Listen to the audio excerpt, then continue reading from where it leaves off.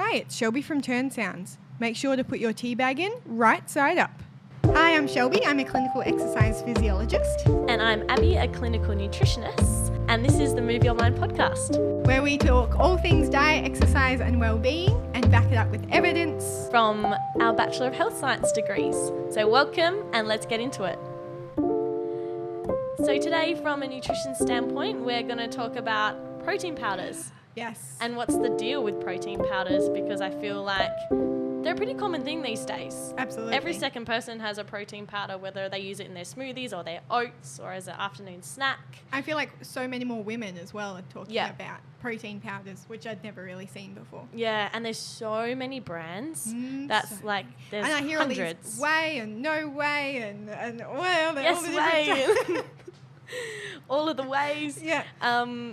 So yeah, that's what we're going to talk about today. Just clear some myths, I guess, give you the facts about all the different types of protein, why they can be good for you, certain factors that might not be so good for you. Yeah. And then you can use your own experience and own state of health to kind of decide if you want a protein powder, and if you do, which one to get. Nice. Because Sounds good. as per usual, it always comes down to an individual. Like, one doesn't work for everyone, and I'd be lying to sit here and say everyone should have whey protein, because that is not the case. We should at know all. by now that it doesn't work like Yeah, that. not at all. But yeah, probably starting off with how much protein we need. Yeah, absolutely. Because I've definitely heard, like, if you have too much protein, your kidneys will shut down, blah, blah, blah, blah. So the protein RDI, so the recommended daily intake, is calculated depending on how much you weigh. Yes. So your body weight. Yes. So average recommendation is 0.8 grams of protein per kilogram of body weight. Okay. So that's like dietary protein that you intake. And of course, a protein powder can contribute to that amount of protein, obviously. So like for a 60 kilo individual, 48 grams of protein per day. Okay. Some people might be listening right now and go, that means nothing to me. I've got no idea. I'm hearing it right now going, I don't know what that means. Okay, let me make you guess. So in like a palm-sized serve of chicken breast, Okay. how many grams of protein do you think is in that? 27. That's pretty damn close. Ooh, because, yeah. 20 to 25 grams of Oh, protein so in a good. palm-sized chicken. Amazing. And then you've got beef, pretty similar, because animal sources of protein are usually around the 25 mark per 100 grams, which is Okay. about a palm-sized serve. Okay. And then your plant-based proteins are usually lower in protein per 100 grams. So like a whole tin of chickpeas is about 20 grams of protein. Okay. But That's a whole big tin. serving. Yes, Woo. that's what I was just about to add. That's a whole tin. So yes, you might be getting protein, but you'll also be a bit gassy. So that's something to take into account. And then tofu, I thought, is another pretty popular source of protein for vegetarians and vegans. And for 100 grams, which is probably your average serve, like if you could picture like a block of tofu, Yes. it's probably a quarter of that. Okay. And that's about 10 grams of protein. Okay. Yeah.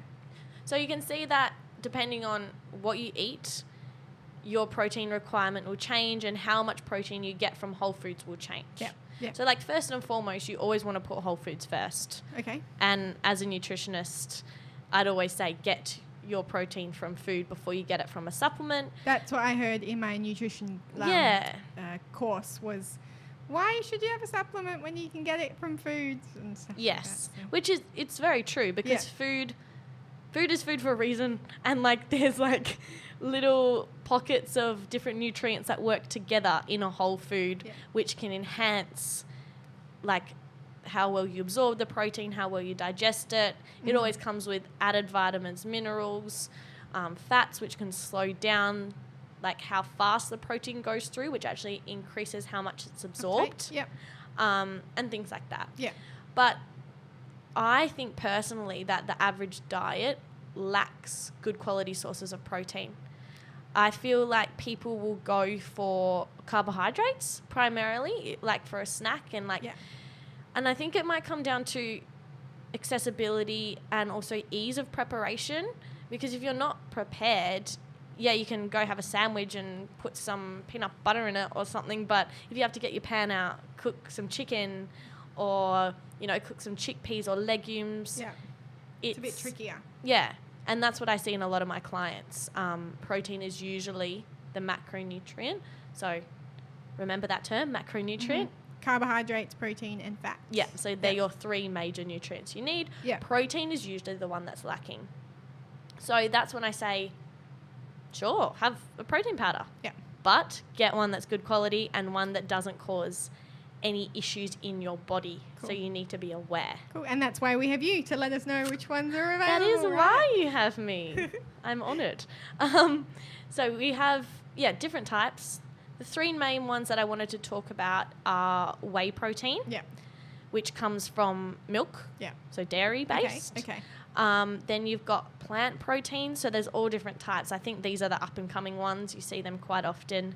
You can have like pea protein, rice protein, these days hemp protein, soy protein, all different types.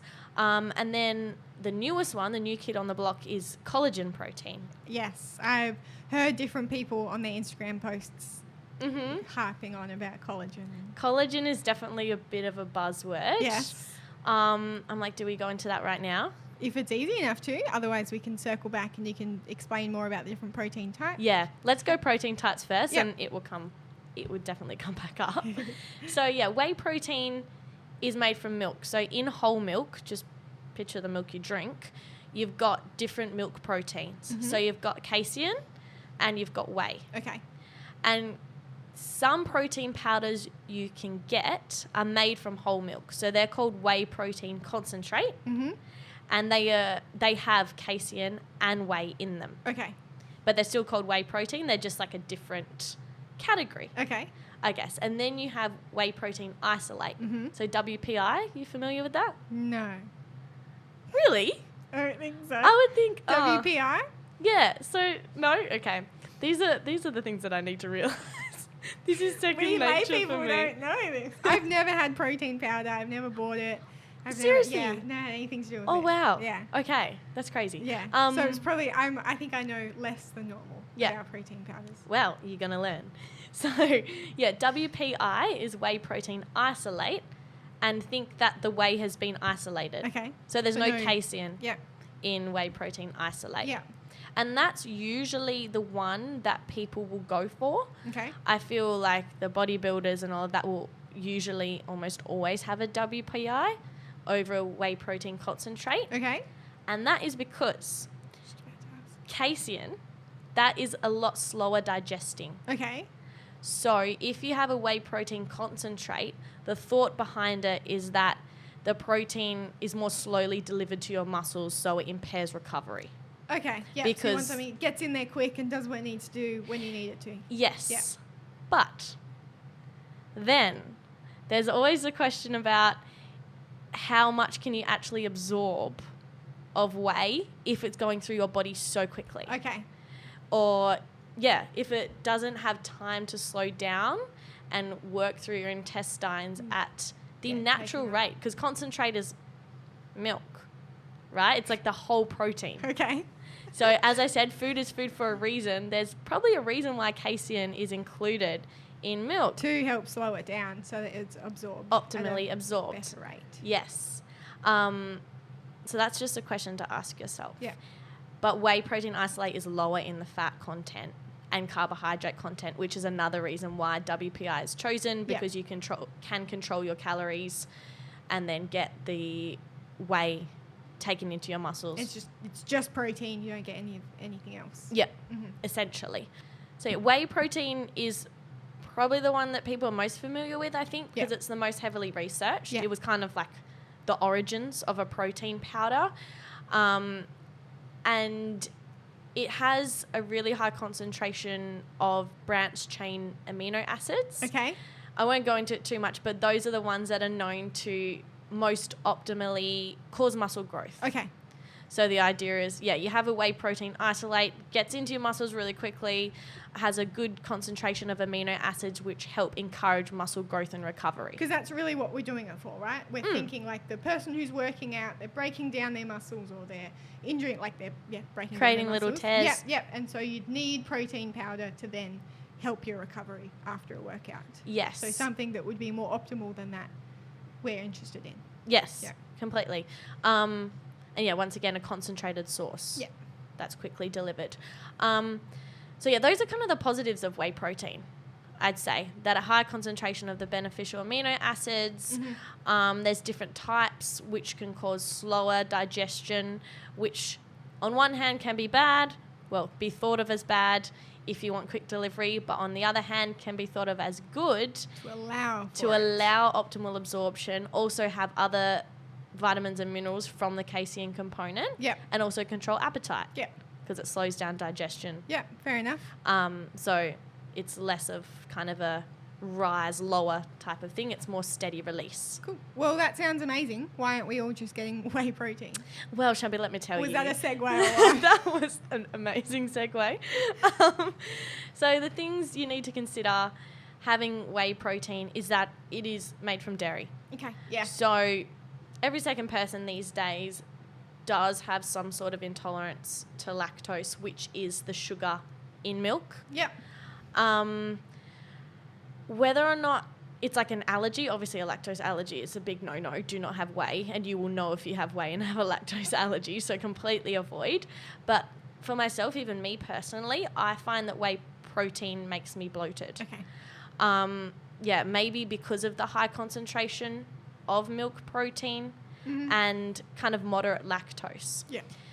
But in usual food, I can tolerate lactose. But once again, it comes down to the quick, concentrated delivery. The fact that it's powder form and so isolated and processed, it's kind of probably something that our body is not familiar with or is not really designed to digest. So you might find that whey protein causes bloating, and that's when there's other options for you. But another thing to consider is that usually whey protein is kind of like really high in protein per serve. Yeah. So they can have like 30 grams of isolated protein in a scoop. Yeah. And when I was researching, actually, the studies were showing that the maximum rate that whey protein can be absorbed is about 8 to 10 grams per hour. Okay. So it's taking 3 hours. Yeah, 3 to 4 hours for the amino acids to reach their peak concentration. Okay. Which then, if you're a whey protein isolate advocate that are like quick delivery, well, no, really, because it takes 4 hours because your body actually can't digest and absorb that much whey. Yeah. So that's another thing to think about. But what they did find is that certain whey proteins with digestive enzymes included, so your protease, so thinking like A's is breakdown and protein is protein. So an enzyme which breaks down protein, if there was enzymes included in the whey protein powder, amino acid levels were 110% higher after 4 hours. Okay. Oh, wow. Yeah. Compared to like a 30% increase with no enzymes included. Yeah. So those that like whey protein can tolerate it. Yeah. Look for ones with a protease enzyme included because that will maximize the effect of the amino acids. Help it break down and be absorbed quicker. Yeah. Yeah. And just one more thing on whey protein. We talked about this before in previous episodes. There's a certain protein in milk called your A1.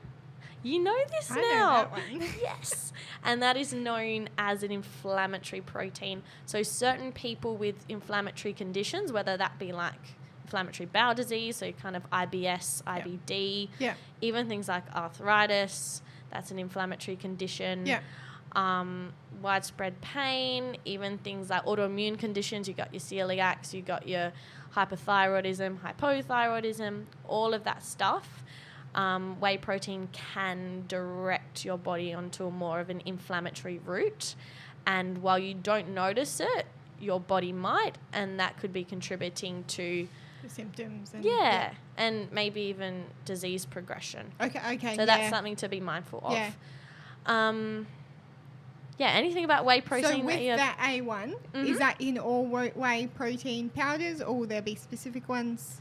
I know there's A2 milks these days, but I don't think it's progressed to having A2 protein powders. Yeah. So yes, so if I you're would. Getting whey, more than likely it'll have A1 in it. Yeah, cool. Completely. And then moving on to plant protein. Yeah. So as I said, you've got pea, rice, hemp, soy. Yeah. All different types. Yeah. So this is obviously a great option for vegans or vegetarians. because it's not made from dairy Exactly. or an animal product. But it does have lower levels of your branched chain amino acids compared to whey protein. Mm-hmm. And it can have lower levels of other amino acids. Because as we know, plants, yes, they have protein, but they don't have as much and it's not as concentrated. Yep. Because the amino acids come from muscle tissue of animals, essentially. Which is why we're wanting it to help our muscle tissue. Exactly. So, Exactly. It's kind of a weird thing that we... I don't want to think kind about of it. You can tell why Shelby doesn't have protein powder. She's getting squirmy. But these days it's actually pretty good because a lot of plant protein companies, they do fortify their proteins with more branched chain amino acids. Cool. Yeah. So the buzz one is leucine. Yeah. Tell me you've heard of leucine. Yeah, I couldn't really tell you much about it, but I've heard that word before. It's just a type of amino acid. Yes. Isn't it? Because is it one of the DNA ones? No. One of the what? The ones that make up your DNA. What are those for? No. No, it's not one of those. No, Yeah, it's cool. not one of those. No Sounds worries. like it. They end in "ine." Yeah. Close. But Disregard. ignore the Shelby. She's an exercise physiologist. It's not my domain at all. It's okay. I got you. Leucine, though, yes, I know that. Yes. And usually you want to look for 2 to 3 grams of leucine because that's kind of the buzz number, which helps with maximal muscle protein synthesis. Is that 2-3 grams per 100 or per serve? Or Per serve. Yep. You might find they usually sit around high 1s or 2s, which is okay. Yep. But that's another thing you want to weigh up, whey versus plant protein, if you can tolerate whey. But yeah, the best plant proteins are fortified with leucine and your branched chain amino acids. So if you are a plant protein wanter, Yes. look at the nutrition label, and usually they give you an amino acid profile. You know a good brand when you see one. Cool. Because some brands will ignore it, probably for the fact that it doesn't actually contain the optimal levels, and sticklers like me would put it back on the shelf. Cool. And just another note with the amino acid profile, because as I said, it's a little bit less than your animal-based because it's from plants. Mm-hmm. The best plant proteins have a combination of pea protein and like brown rice protein. Oh, yes. Because they contain different levels of the amino acid, which together have a more optimal concentration. Like 2 puzzle pieces. Yeah. Oh, So in nutrition world, we call it food combining. Yes. So vegans and vegetarians, you might be Absolutely aware of that. term. So having your rice with your beans and things like that. Yeah.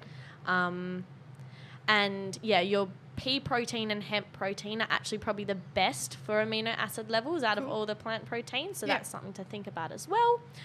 So yeah, plant protein's pretty good. Pretty and okay, hey? Yeah. it's a great non-dairy option. So say avoiding the inflammatory things and the intolerance. symptoms Yes, and stuff also like great that. for people with IBS. So personally, I find I digest plant protein a lot better. Like I don't have that bloat that comes straight after. Like I don't feel really heavy. Yeah. Um, Are there price differences between the two? no, not Yeah. that I've observed. Cool. They're pretty similar. Also, just for a quality of protein powder, you're paying more. Not Yes. necessarily vegan versus non-vegan. Yeah, I feel Yeah. like quality you pay more for actually. Yeah. Yeah. So look for your leucine content. Also look for proteases, your enzymes, because they're going to help break down protein as well. Yeah. A brand that I get is called Botanica Blends. Yes. Yeah. And they have all their ingredients listed, and they've got all different types of enzymes in there to help with absorption. Because it's great to have all this protein, as we discussed with the whey, but if you're not actually uptaking it, you're just going to wee it out, and there goes money. Exactly. And amino acids. It's 2 things expensive you don't pea. want to lose, actually. And then we come to collagen. Collagen. So collagen's a type of protein, is it? It is. Okay. I was going to say, why are we talking about collagen? I feel like that's skin and connective tissue. Yes, but it's a protein that makes up skin and connective Fair tissue. enough, yeah. So it contributes to like elasticity, Yeah. I guess. And there are all different types of collagen in our body, actually. Yes. Different Um, types. Which make up I know different. 1, 2, and 3. Are there more than that? There's like, I don't even know. I think there's 10. Oh, wow. 10 Very different nice. types. Cool. Doesn't really matter. You're not going to get type 5 collagen protein. It's just all called collagen, so don't worry about that. A little bit off topic. But collagen is another non-dairy source of protein. Yeah. So once again, anyone with any sort of lactose intolerance or IBS-like symptoms or inflammatory conditions, this is another pretty good option for you. Mm-hmm. It's actually known to be anti-inflammatory. Nice. Because collagen, so just a bit of revision, any protein is made up of lots of different amino acids, and collagen as a protein is quite high in glycine, a particular type of amino acid, which is known to have kind of inflammatory regulating properties. Nice. So there's been trials that measure pain reduction and things like that. It's all subjective, so it depends on how the person feels. Might be a little bit mental, but Almost still. like a placebo type thing. Yeah, but the studies have shown potential. If it works, it works. I know it always comes back to that. Gives you relief, yeah. Yeah. So yeah, positives of your collagen protein is that it can be anti-inflammatory, doesn't contain any milk proteins, doesn't contain any lactose, and it does have a lower level of your branched chain amino acids, so your leucine, than whey protein. Mm-hmm. I tend to compare everything to whey because that tends to be the original one, the gold standard, what all the big dudes go on. It contains a lower level of leucine, but all the recent studies show that it's actually more effective in muscle protein synthesis because it more effectively maintains positive nitrogen balance. Okay, yeah. So the idea is in our bodies is that if we're in positive nitrogen balance, our muscle is more so building up than breaking down. So it's like the anabolic state. Yeah. And if you're negative, then you're breaking down more than you're building up because your body doesn't have enough nitrogen to build the proteins. Yeah. So you're more likely to cause muscle breakdown.